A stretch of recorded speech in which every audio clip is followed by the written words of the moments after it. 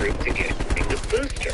And see, moving forward, with the vaccine groups that are randomized, what the outcomes are with downside of risk and benefit of infection dropping and severe disease dropping. That's how you do that.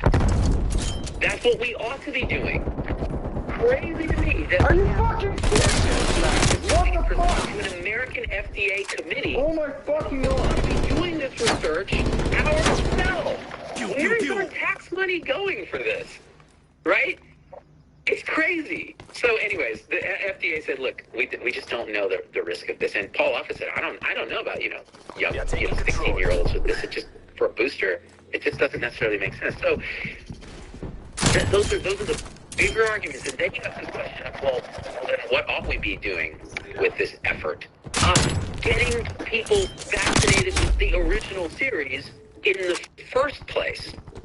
And as I've said, I think mandates are likely to some extent to help because people will get vaccinated, but to a bigger extent, they're going to backfire because, first of all, there's a relatively small proportion of the population that you're going to affect with your mandates that are within the purview of the mandates, right?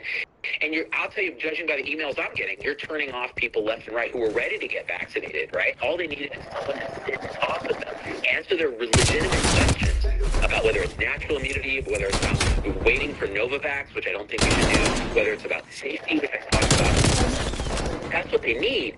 Let's get people vaccinated. We know that helps. What will a booster do to the long-term shape of the pandemic now?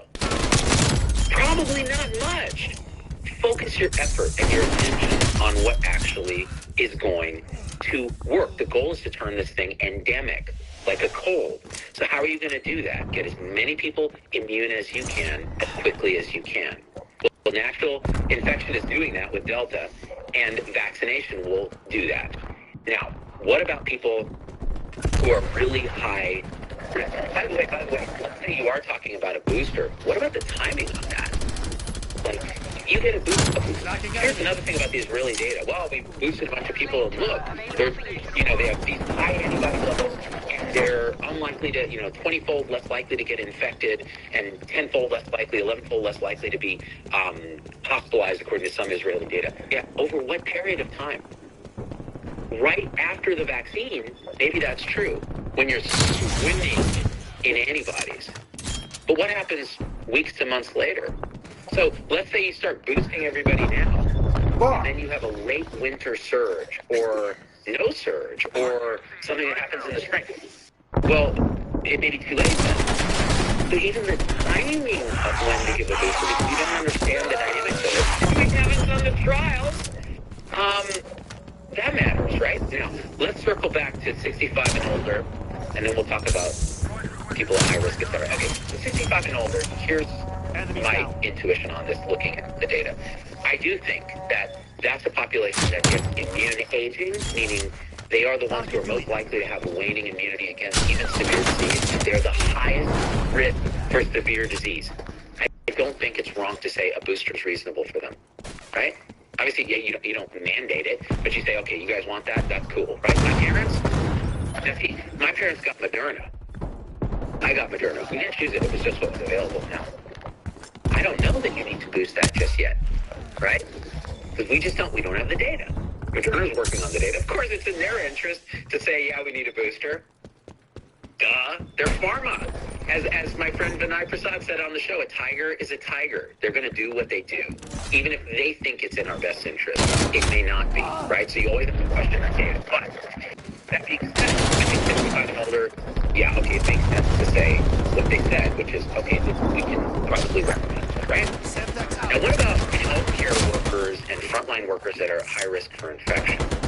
This is where it gets kind of squishy, because the person who works in the mailroom at the hospital, I don't even know if they have a mailroom anymore, the email room, the IT guy, right, as Vinay said on one of his episodes, are they at the same risk as like a frontline respiratory therapist?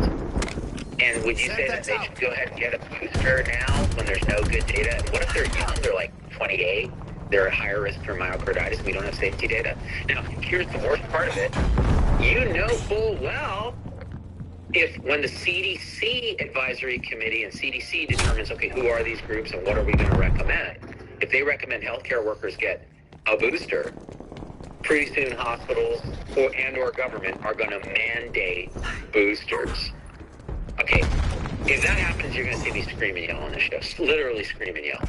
You've already mandated it for healthcare workers, which is already pushed a lot of healthcare workers to start thinking about quitting when we have a shortage of people. These people who put their lives on the line, right? And there is much victims of misinformation and not having enough level of wherewithal to look at primary data and all that. A lot of healthcare workers. So why are we treating them like anything other than the victims of misinformation they are by forcing them, right? It's like holding a child down and forcing castor oil back in the old days down their throat, because it's good for you. If you mandate boosters in that population, and it turns out that they have some effect like bursting myocarditis or something, you are going to destroy the credibility of your institution if you haven't done it already, right?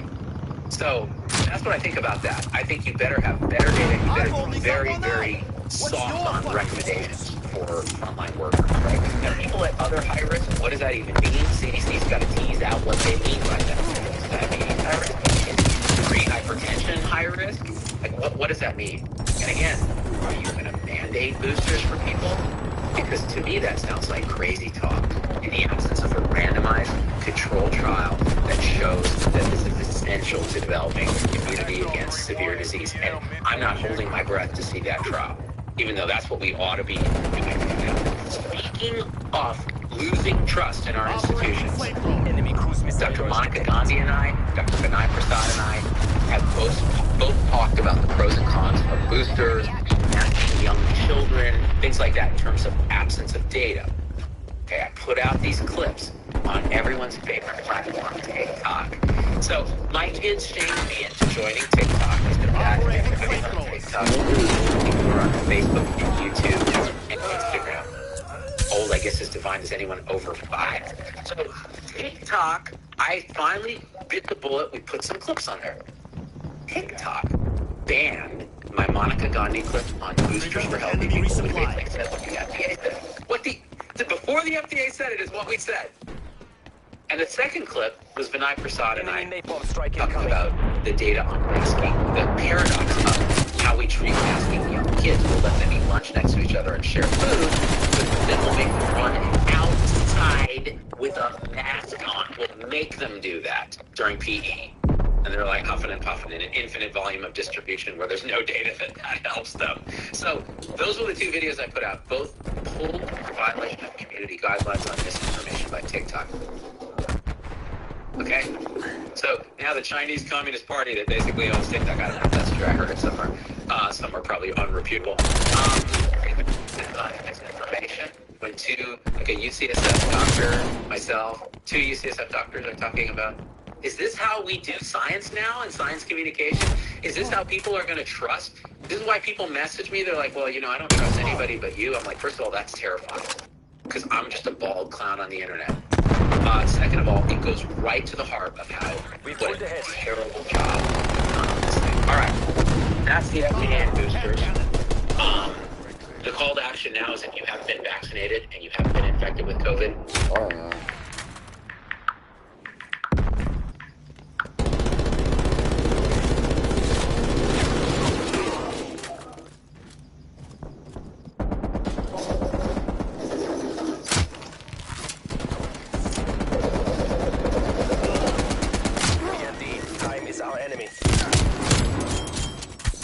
Get vaccinated, please. If you've been vaccinated with 2 doses and you're fully vaccinated and you're high risk. Semtex armed.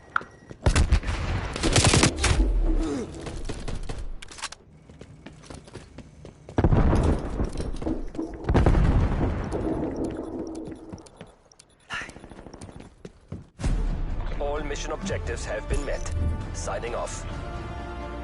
Hudson, this is Weaver. All objectives agreed.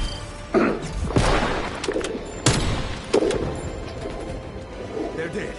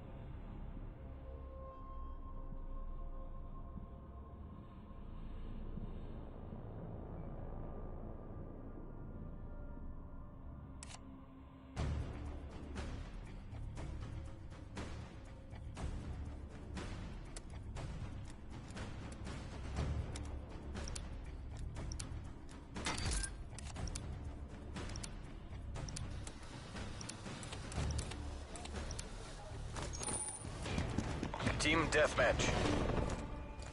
Eliminate all threats.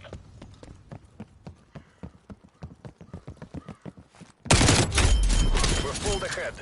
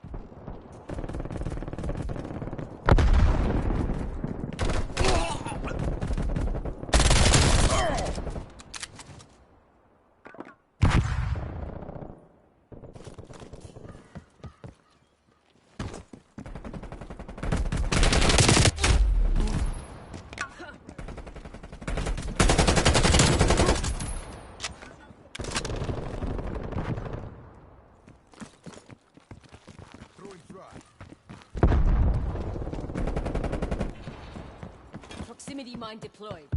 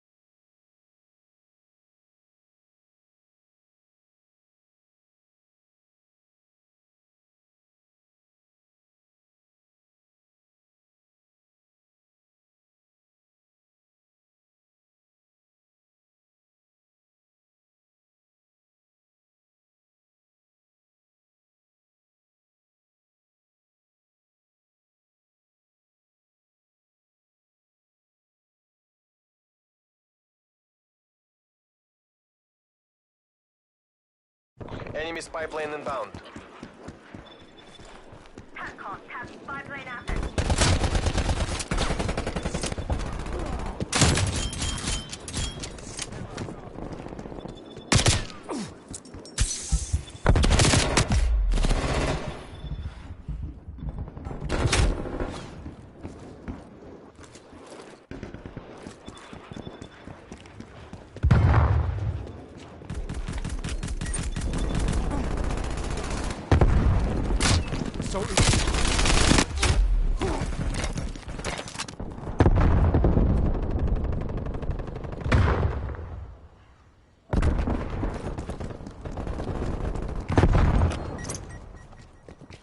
Semtex going out.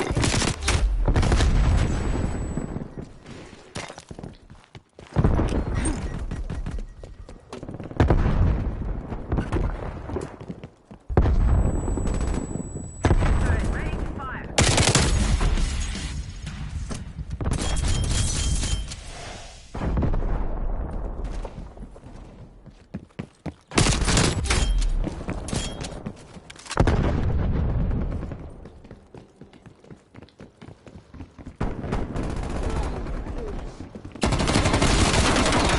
Target. Hostile artillery target занят. Narco, incoming artillery. Front. Hostile care package inbound. Hostile spy plane established overhead. Semtex going out.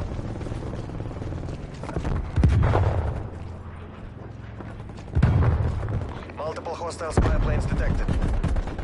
Multiple hostile spy planes detected. Cruise missile inbound. This isn't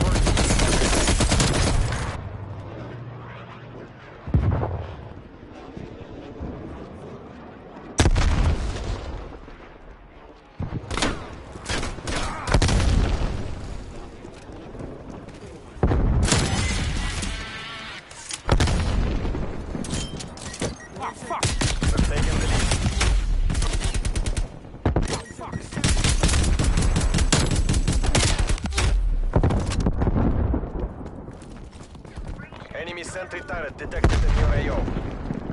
Back off. Target requesting spy plane. We've lost the lead.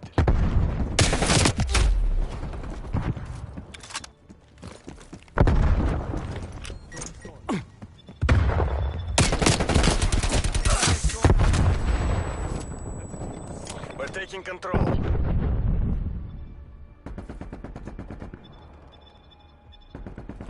We're losing this fight. Multiple enemy sentry turrets active.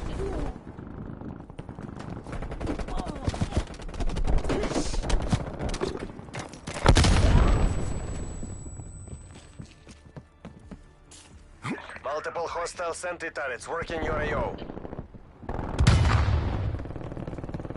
Hostile care package inbound.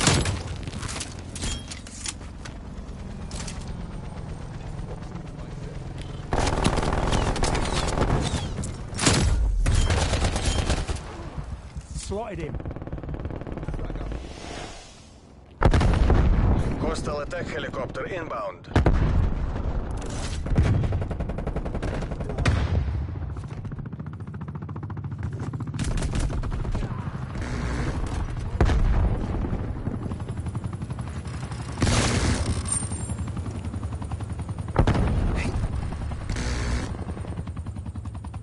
Pew pew pew.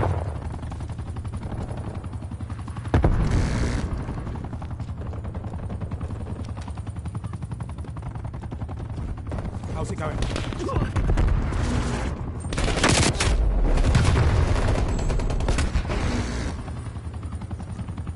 Pew pew pew.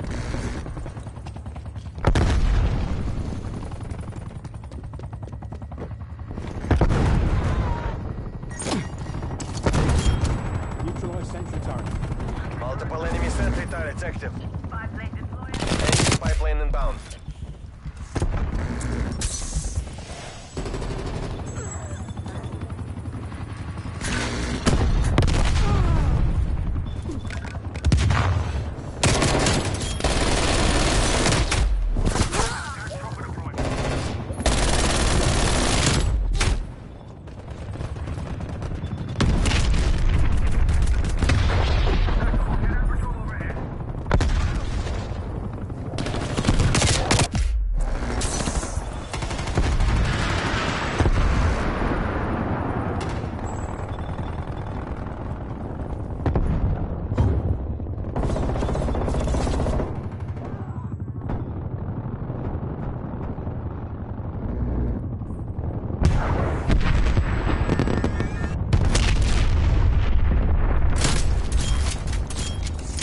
Threat clear.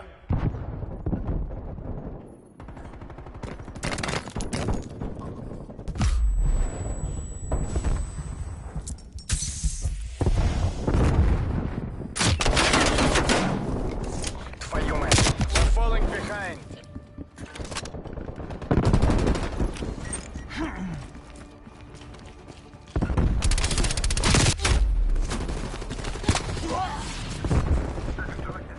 Flamethrower available Flame for front use. going in.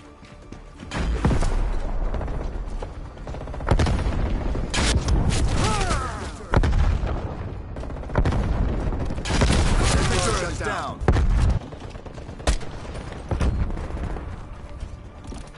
Давайте же. We're almost out of time. There's no winning this. The conflict, exit hot zone. Fuck this shit. All units escape invasion.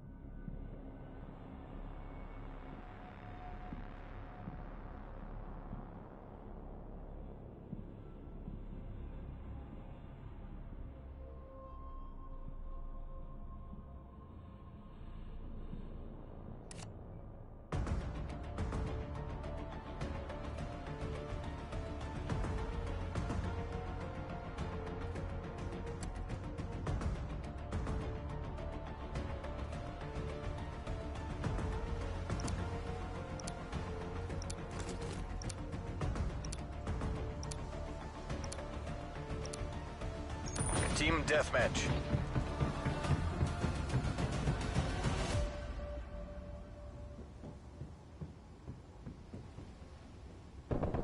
We've pulled ahead. Spetsnaz, you have a green light. Вперед!